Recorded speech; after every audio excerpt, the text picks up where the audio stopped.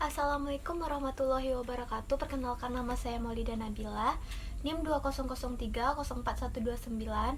Baiklah, di sini saya akan menjelaskan UAS Manajemen Koperasi dan UMKM. Materi yang pertama yaitu sisa hasil usaha. Sisa hasil usaha. Menurut pasal 45 ayat 1 UU nomor 25 tahun 1992 adalah sebagai berikut. Sisa hasil usaha koperasi merupakan pendapatan koperasi yang diperoleh dalam 1 tahun, buku dikurangi biaya, penyusutan dan kewajiban lainnya termasuk pajak dalam tahun buku yang bersangkutan. Informasi dasar. Beberapa informasi dasar dalam penghitungan SHU anggota diketahui sebagai berikut. 1. SHU total koperasi pada 1 tahun. 2. Bagian atau persentase SHU anggota. 3. Total simpanan seluruh anggota. 4. Total seluruh transaksi atau volume usaha atau omzet yang bersumber dari anggota. 5. Jumlah simpanan per anggota. 6. Omzet atau volume usaha per anggota. 7. Bagian persentase SHU untuk simpanan anggota. Ke-8. Bagian persentase SHU untuk transaksi usaha anggota. Rumus pembagian SHU. Menurut UU nomor 25/1992, pasal 5 ayat 1 mengatakan bahwa pembagian SHU kepada anggota dilakukan tidak semata-mata berdasarkan modal yang dimiliki seseorang dalam koperasi, tetapi juga berdasarkan perimbangan jasa usaha anggota terhadap koperasi. Ketentuan ini merupakan perwujudan kekeluargaan dan keadilan. Di dalam AD atau ART, koperasi telah ditentukan pembagian SHU sebagai berikut. Cadangan koperasi 40%, jasa anggota 40%, dana pengurus 5%, dana karyawan 5%, dana pendidikan 5%, dana sosial 5%, dan dana pembangunan lingkungan 5%. Tidak semua komponen di atas harus diadopsi dalam pembagian SHU-nya. Hal ini tergantung dari keputusan anggota yang ditetapkan dalam rapat anggota. Prinsip-prinsip pembagian SHU koperasi. 1. SHU yang dibagi adalah yang bersumber dari anggota. 2. SHU anggota adalah jasa dari modal dan transaksi usaha yang dilakukan anggota sendiri. 3. Pembagian SHU anggota dilakukan secara transparan. 4. SHU anggota dibayar secara tunai. Materi yang kedua, manajemen sumber daya manusia. Manajemen sumber daya manusia. Manajemen sumber daya manusia adalah penarikan, seleksi, pengembangan, penggunaan, dan pemeliharaan sumber daya manusia oleh suatu organisasi. Wendell French. Anggota koperasi. Anggota koperasi minimum harus 20 orang. Latar belakang anggota biasanya tidak sama, baik pendidikan, sosial ekonomi, kepercayaan atau agama, maupun tanggungan keluarga. Jika anggota koperasi lebih dari 20 orang, maka koperasi tersebut semakin besar sehingga sulit untuk mengordinasi dan mengorganisasi anggota yang makin banyak itu, karena semakin beraneka ragamnya tingkat kepentingan dan motivasi masing-masing anggota. Karyawan koperasi. Karyawan koperasi adalah orang yang bekerja pada perusahaan koperasi tersebut dan melaksanakan usaha, melayani pelanggan, dan membantu mengurus dalam pembuatan pertanggungjawaban kepada pemilik koperasi. Manajer koperasi. Manajer adalah orang yang memegang jabatan tertinggi dari semua karyawan koperasi, di mana dia bekerja sesuai dengan perjanjian yang telah disepakati dengan pengurus. Menurut Suparmi, dalam bukunya, Manajemen Koperasi ada beberapa bidang yang perlu ditangani oleh manajer sebagai pengelola usaha koperasi, yaitu bidang personalia, bidang pengelola usaha, administrasi, perencanaan, serta pengawasan. Materi yang ketiga, kepemimpinan. Kepemimpinan. Esensi masalah kepemimpinan terletak pada keberhasilan dalam berhuman relation, dan kunci pokok dari keberhasilan itu adalah komunikasi, baik secara langsung maupun tidak langsung, atau baik secara verbal maupun nonverbal. Konsep kepemimpinan. Penerapan konsep kepemimpinan ada dalam organisasi koperasi adalah bagaimana karyawan dan anggota koperasi sebagai anggota kelompok kerja memperoleh pengarahan dan bimbingan untuk mencapai tujuan koperasi. Gaya kepemimpinan. Berikut ini ada 4 tipe gaya kepemimpinan menurut Hersey dan Blanchard. Yang pertama, gaya kepemimpinan dengan ciri perilaku tugas tinggi dan hubungan rendah.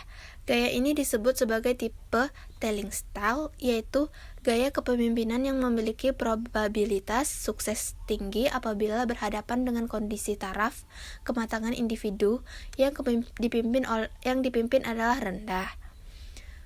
Yang kedua, gaya kepemimpinan dengan ciri perilaku tugas tinggi dan hubungan tinggi. Gaya ini disebut sebagai tipe selling style, yaitu gaya kepemimpinan yang memiliki probabilitas sukses tinggi apabila berhadapan dengan kondisi kematangan individu yang dipimpin adalah rendah sampai moderat. Yang ketiga, gaya kepemimpinan dengan ciri perilaku tugas rendah dan hubungan tinggi. Gaya ini disebut tipe participant style, yaitu gaya kepemimpinan yang memiliki probabilitas sukses tinggi apabila berhadapan dengan kondisi kematangan individu yang dipimpin adalah moderat sampai tinggi. Yang keempat, gaya kepemimpinan dengan ciri perilaku tugas rendah dan hubungan rendah. Gaya ini disebut sebagai tipe delegating style, yaitu gaya kepemimpinan yang memiliki probabilitas sukses tinggi apabila berhadapan dengan kondisi taraf kematangan individu yang dipimpin adalah tinggi. Materi yang keempat, kewirausahaan koperasi. Kewirausahaan koperasi. Kewirausahaan adalah suatu nilai yang diwujudkan dalam perilaku yang dijadikan dasar sumber daya, tenaga penggerak, tujuan, siasat, kiat, proses, dan hasil bisnis. Ahmad Sanusi 1994. Nilai kewirausahaan. Yang pertama, percaya diri, artinya sikap dan keyakinan seseorang dalam melaksanakan dan menyelesaikan tugas-tugasnya. Yang kedua, berorientasi tugas dan hasil, artinya selalu mengutamakan nilai-nilai motif berprestasi, berorientasi pada hasil, ketekunan, dan ketabahan, tekad kerja keras, mempunyai dorongan kuat, energik, dan berinisiatif. Yang ketiga, berani mengambil resiko. Wirausahawan adalah orang-orang yang lebih menyukai usaha yang menantang untuk mencapai kesuksesan atau kegagalan ketimbang usaha yang kurang menantang. Yang keempat, kepemimpinan. Artinya, seorang wirausaha memiliki sifat kepeloporan, keteladanan, tampil beda, dan lebih menonjol, memiliki keterampilan mengelola sumber daya. Yang kelima, berorientasi ke masa depan. Artinya, perspektif selalu mencari peluang, tidak cepat puas dengan keberhasilan, dan berpandangan jauh ke depan. Yang keenam, keorisinilan, artinya kreatif dan inovatif. Kreativitas adalah kemampuan untuk berpikir yang baru dan berbeda, sedangkan keinovasian adalah kemampuan untuk bertindak yang baru dan berbeda. Materi yang kelima, koperasi simpan pinjam. Koperasi simpan pinjam. Kegiatan usaha simpan pinjam dari KSP atau USP meliputi kegiatan penarikan atau penghimpunan dana dan penyaluran kembali dana tersebut dalam bentuk pinjaman. Secara garis besar, kegiatan tersebut dapat dibedakan menjadi A. Pada satu sisi, dana simpanan yang terkumpul harus disalurkan dalam bentuk pinjaman kepada anggota yang membutuhkan. Berarti, terjadi arus dana keluar dan akan kembali diterima secara bertahap pada masa yang akan datang. B. Pada sisi lain, KSP atau USP harus mampu melayani anggota penyimpan yang hendak menarik kembali simpanannya sesuai dengan perjanjian yang telah disepakati. Penghimpunan dana adalah usaha yang mengumpulkan dana dari berbagai sumber, baik dari anggota maupun pihak lain. Dana dari berbagai sumber tersebut dapat berupa utang atau kekayaan bersih atau ekuitas. Untuk lebih jelasnya, jenis-jenis sumber dana tersebut sebagai berikut. Dana sumber berupa utang, yaitu tabungan, simpanan berjangka, pinjaman yang diterima atau untuk KSP, modal tidak tetap atau untuk USP. Dari sumber berupa kekayaan bersih, yaitu modal sendiri atau untuk KSP yang terdiri dari simpanan pokok dan simpanan wajib dan simpanan khusus. model disetor atau untuk USP, cadangan urnum atau untuk KSP, cadangan tujuan risiko donasi, SHU tahun berjalan. Jenis-jenis simpanan pokok atau KSP. Simpanan pokok adalah sejumlah uang yang sama banyaknya dan atau sama nilainya yang wajib dibayarkan oleh anggota kepada koperasi pada saat masuk menjadi anggota.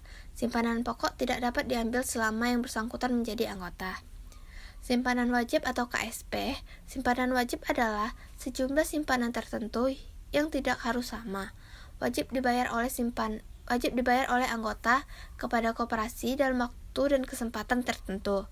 Simpanan wajib tidak dapat diambil selama yang bersangkutan menjadi anggota. Tabungan koperasi. Tabungan koperasi adalah simpanan pada koperasi yang penyetorannya dilakukan berangsur-angsur dan penarikannya hanya dapat dilakukan oleh anggota yang bersangkutan atau kuasanya dengan menggunakan buku tabungan koperasi setiap saat pada hari kerja koperasi.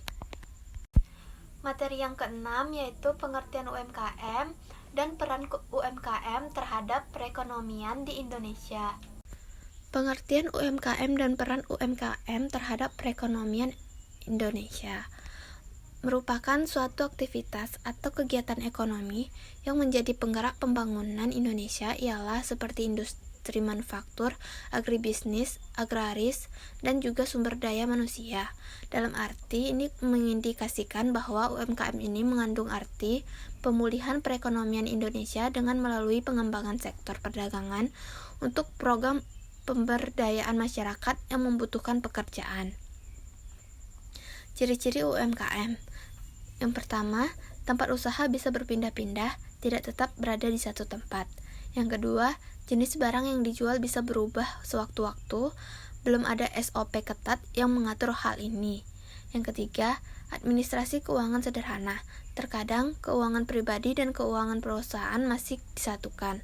Yang keempat, kebanyakan belum memiliki legalitas usaha. Yang kelima, belum ada sistem ketat dan sistematis yang mengatur masalah SDM di dalam badan usaha. Jenis dan klasifikasi UMKM. Jenis UMKM: kuliner, fashion dan kosmetik, agribisnis.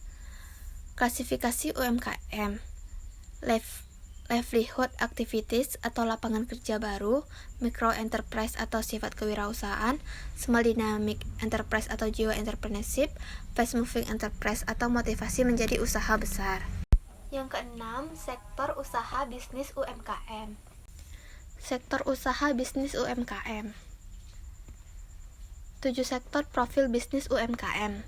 Sektor perdagangan, sektor industri pengolahan, sektor pertanian, sektor perkebunan, sektor peternakan, sektor perikanan, sektor jasa. Bisnis penyalur atau distributor. Jenis kegiatan usaha bisnis penyalur atau distributor adalah melakukan penjualan secara tunai atau kredit suatu produk tertentu secara grosir atau dalam jumlah besar. 2. Gambaran umum bisnis sektor industri pengolahan. Industri pengolahan adalah kegiatan ekonomi yang mengolah bahan mentah, bahan baku, bahan setengah jadi, atau barang jadi menjadi barang nilai yang lebih tinggi untuk penggunaannya, termasuk kegiatan rancangan bangunan dan perekayasaan industri. Gambaran umum bisnis sektor pertanian.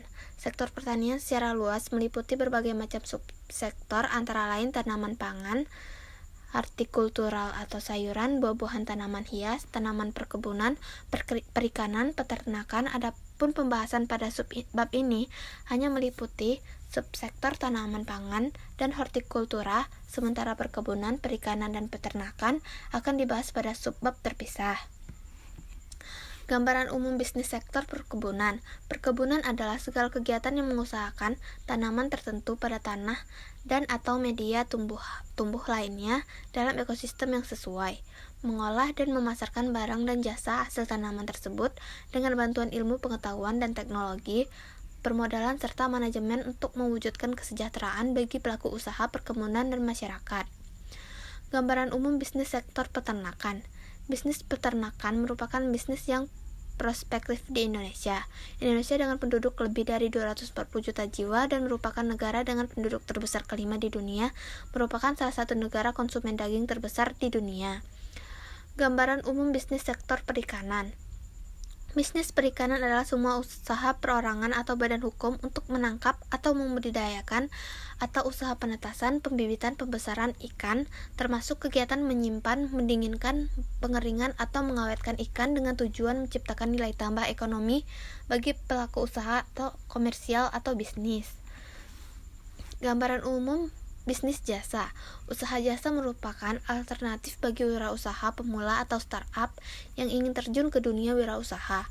Karena dalam usaha bidang jasa, pelaku usaha tidak direpotkan menyediakan berbagai macam peralatan atau dituntut memiliki tempat usaha yang strategis dan model keuangan yang memadai. Cukup memiliki keterampilan atau keahlian yang sedang dibutuhkan konsumen.